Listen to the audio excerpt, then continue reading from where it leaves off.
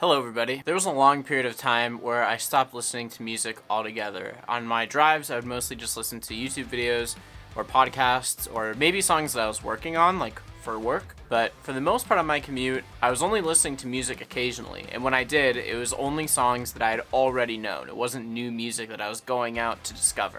I guess I just kind of wasn't feeling inspired by music at the time. And I think that everybody kind of can relate to this. And I also kind of just chalked it up to the idea that since I'm a full-time musician, I might have just been feeling a little bit burnt out. But I did come across a song the other day that I haven't heard in a very long time, and it was one of the first songs that ever really inspired me to pick up a guitar or get into music. And something just led me down this rabbit hole again, enabling me to kind of re-fall in love with music. And now I'm back on my normal, regularly scheduled program of just discovering new music all the time. And it's a very comforting feeling knowing that I do have the ability to re-fall in love with music. As ironic as that probably sounds, coming from somebody who does it every single day for a paycheck, for 8 hours. But to celebrate this amazing fact that I've just now rediscovered, I'm going to tell you about the 3 most influential records that I've ever heard. And to be clear, I don't think that these are the 3 best records ever made. I don't even know if I could quantify some sort of list like that. I also don't even really think that those lists put together by like Forbes or Rolling Stones of the top 10 greatest records of all time are really that important or that good of lists. I think it tries to just introduce people to important pieces of music, but the whole time it's just them walking on eggshells and making people mad anyway. So these are just 3 records that if you knew nothing else about me other than the fact that these 3 albums influenced me quite a bit, you'd have a pretty good understanding of who I was, even if you didn't know that I was a professional musician. In fact, there's a lot of science that actually says that the 3 records I'm about to tell you about probably aren't even that good or as important as I think they are, but because I was listening to them at a very cognitively formative time in my life, it's just what I think are the best. I mean, if I'd been listening to the Wiggles during this time, I probably would be telling you that that's one of my favorite records of all time. I also chose records that I thought didn't really have any weak spots, so even though there might have been individual, very influential songs of me, if it didn't come from a larger body of work that I holistically thought was pretty much unskippable or have some B-side classics, then it didn't make the list. The first record on this list is very obvious. If you know me, it's From Under the Cork Tree from Fall Out Boy. You're probably familiar with the song Sugar We're Going Down, but let me just explain how important this record was holistically. So it's 2006 when this record comes out, and Fall Out Boy is about to go on a Warped Tour. And actually, fun fact, they're about to go on more tour with My Chemical Romance, who had just put out 3 Cheers. From Under the Cork Tree and Fall Out Boy generally was just commanding such an unstable, rowdy, rambunctious crowd at Warped Tour. The founder, Kevin Lyman, broke his own rule of sticking to the mandatory randomized stage arrangements every day that he just let Fall Out Boy have the main stage. Kids were jumping off of the fence, breaking their backs, passing out from dehydration. It was unreal. I say that as if I was there, but I was like 6 years old, so yeah, I can just imagine that it was really, really cool. This record just introduced me to my now very solidified love of moody emo music. I mean, I feel like wearing this shirt kind of says it all. It was also produced by one of my favorite producers ever, Neil Avron, and it kind of took Fall Out Boy from this a little bit more youthful, chaotic sound to something that was a lot more refined. I don't even think I need to mention the song Sugar We're Going Down and Dance Dance, because those were kind of like the singles off of the record, but yes, obviously those are incredible songs, very influential I would say, and when I was learning to play guitar. But the B-sides on this record, like 7 Minutes in Heaven, Nobody Puts Baby in a Corner, or one more that I'm actually not gonna name because it's actually my birthday cover on the First to 11 channel coming this October, wink wink, they're so underappreciated. I mean, they're awesome songs. I feel like actually playing-wise, the song very much influenced the way that you put some pop-punk rhythms down on some very minor and moody sounding chord progressions. I think it also very much informed like some of my favorite melodies ever. I used to spend just like hours in my room listening to this record on repeat, and there was a 4-year in a row span where I was the top 0.005% listeners on Spotify Rap for Fall Out Boy. That was just off of this record alone. This record also very much made me like genuinely mad that I had, Jewish genetics with curly hair. I wanted to look like Pete Wentz so badly when I was listening to this record, and I'm happy that my friends all bullied me into making sure that the furthest everyone was wearing like skinny jeans and a beanie. But I mean, I was like fully ready to just like straighten the hair, dye it red, wear guy liner, the whole thing. So obviously From Under the Cork Tree is a pretty meaningful record. Even the deluxe edition is just like full of great songs. I remember making my parents come watch me play this cover of Music of the Misery on guitar in like my childhood living room, and I just like held them hostage. I was like, you have to watch me play this cover. And oh, how I wish how somebody would have just put a camera in front of me and filmed it and put it online. Moving on to album number 2, Louder Now, Take Me Back Sunday. This record also came out in 2006, and I'm kind of just starting to think that maybe I just really like music from 2006. Okay, so everybody probably knows about Make Damn Sure. It's like the certified emo club banger. I mean, you can't go to an emo night LA without hearing this at least 5 times. But this whole album has 0 skips on it. This was, in my opinion, the best lineup of Taking Back Sunday, where they had Fred Mascherino, who's playing the lead guitar and singing, and he just added this dimension to Taking Back Sunday that they didn't have otherwise. This really cool dynamic of basically 2 lead singers, to be honest, and it totally opened my eyes to just how cool it was to have like 2 very dominant singers in a band. Fred was also in another project after Taking Back Sunday called The Color Fred. Everybody should go check them out. Super good. It honestly made me want to start singing for my band, like my first band when I was like 12 or 13. Watching Fred just kind of command the stage for songs like What's It Feel Like to Be a Ghost or Liar gave me the courage to go do a little bit of singing myself. And I mean, it wasn't anything like him, but I don't know, it got me out of my shell a lot in that respect. Eddie Reyes, I've heard, is kind of like the secret mastermind in Taking Back Sunday. He was a rhythm guitar player, but man, that guy just knew how to write guitar parts, rhythm or lead. I mean, in songs like Air Operator, that open string riff blew the doors open for me. Like, didn't even know that you could do that on a guitar, to be totally honest. Or things like My Blue Heaven completely changed the way that I thought about guitar harmony, guitar movement, and just overall, I think, has still to this day had a pretty lasting effect on the way that I arrange guitar parts. Adam Lazzara, of course. I'm almost scared to even talk about him because I used to run in this like circle of music industry people who used to manage Take Back Sunday, and I don't want people to just think that I'm like some fanboy. But I mean, like, I'm basically wearing this shirt today because I subconsciously always wanted to be Adam Lazzara, and I never will be, but that guy is just one of the coolest motherfuckers around. Like, forget his voice for just 1 second. His stage presence is just ridiculous. I actually have gotten to see them live, not with the ideal lineup for what I really enjoyed for Taking Back Sunday, but I mean, it's like nothing I've ever seen before.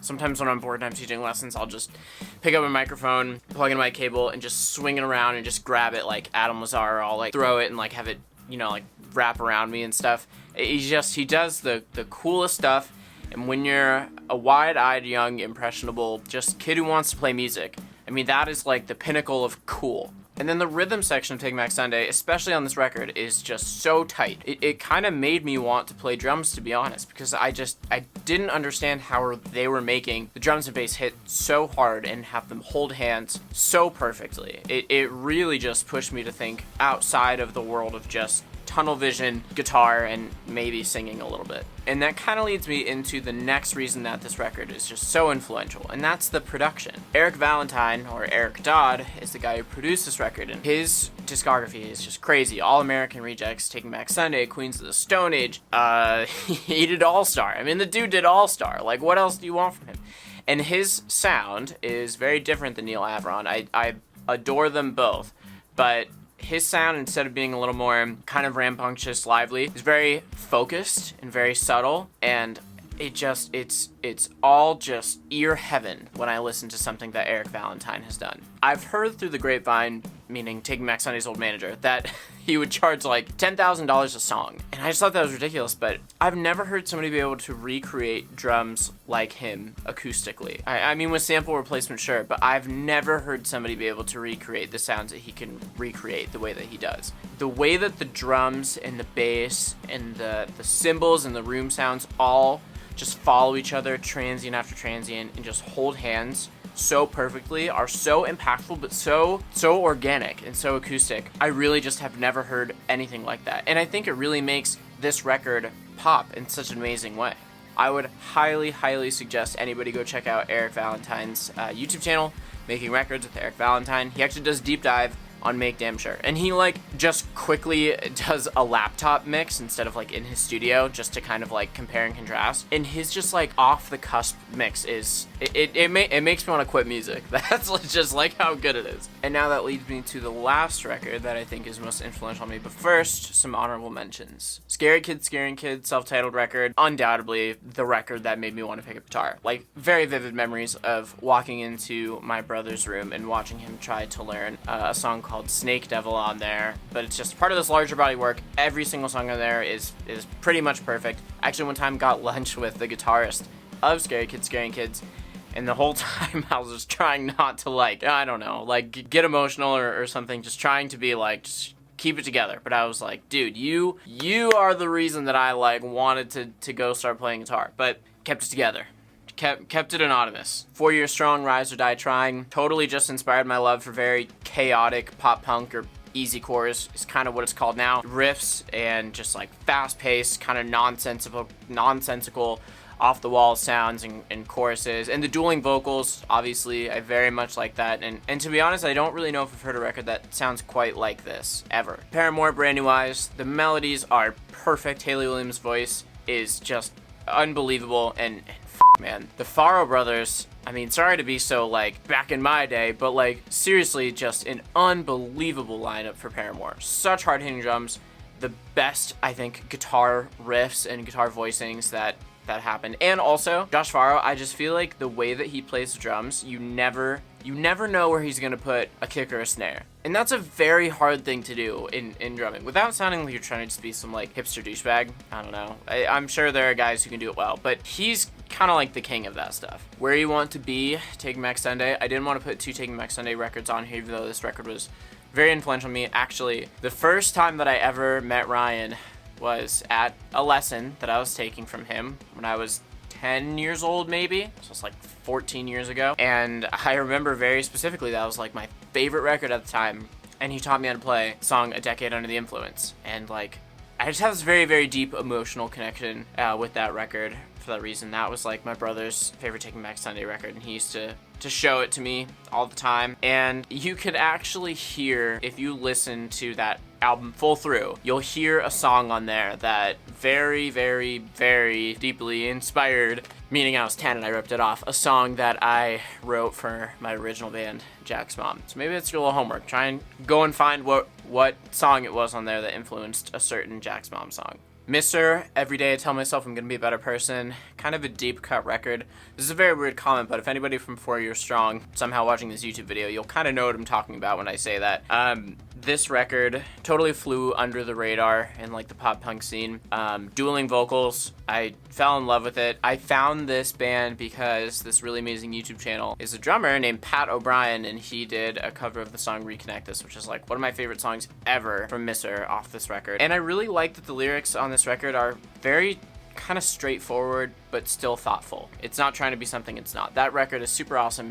Very sadly, Tim Landers, one of the founding members, passed away. And I sincerely miss that band. Last honorable mention, Still Searching from Census Fail. I mean, just like classic, like high energy, pop punk rock. I guess I'm not totally sure how you describe it, but very much informative on the way that I think about guitar phrasing with power chords and octaves. And Dan Trapp, who's the drummer for this record, is so good, so underrated. I kind of wish he was still in the band, to be honest. But I love Chris Hornbrook. I think he did a great job in Census Fail. But yeah, I'm a Dan Trapp fan. I almost put this record on there just to give him a shout out, because I think he's so good. But the last most influential record on my list is The Devil and God Are Raging Inside Me by Brand New.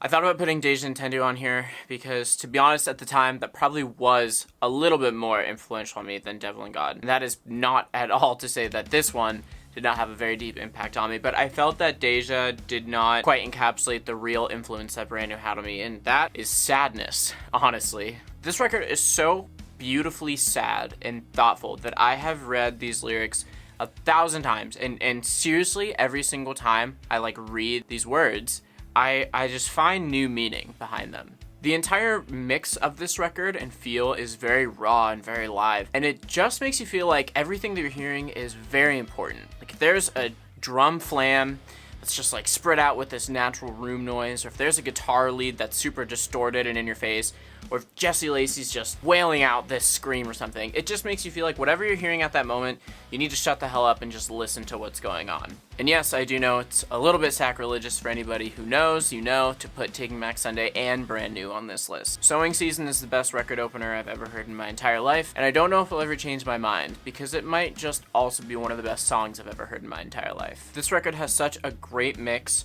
of high energy, even at low tempos, and every time something is happening, the rest of the band just kind of gets out of the way. If there's a very memorable drum fill, everybody else just shuts up. If there's a point where the vocals need to shine, they get their moment to shine. If there's a guitar lead or a bass fill, everybody just gets out of the way. Everybody just kind of knows their roles on this record. And it's really important for that to happen on very meaningful bodies of work. When I heard this album, it kind of helped me to refine the way that I was expressing my sadness or my angst as a teenager. I mean, like, let's be clear. I had an amazing childhood. Literally nothing was wrong. But you're a teenager, and you feel those emotions. You feel discomforts in life. It's lots of growing pains. And it kind of just substituted everything that you might be feeling with rage or anger into something that was just very uniquely expressed. When I listen to these songs, I understand, I guess I'm just going to say the artist, because I know they were all composing these songs, but I understand where the artist, I think, is coming from. And I understand that they're very angry, but I also understand that they're expressing it in a very cool way.